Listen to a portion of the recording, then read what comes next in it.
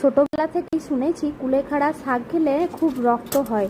তো ছোটোবেলায় একটু শরীর খারাপ হলে আমার ঠাকুমা বলতাম এই কুলেখাড়া নিয়ে আসতো মাঠে থেকে বা কাউকে দিয়ে আনা করাতো, তারপর ওই সেদ্ধ করে ওই জলটা খাইয়ে দিত। তো অনেকটাই কুলেখাড়া শাক আনা হয়েছিল আমাদের বাড়িতে, তো ভাবলাম যে একটু রান্নাই করে নিই ভাজা ভাজা করে।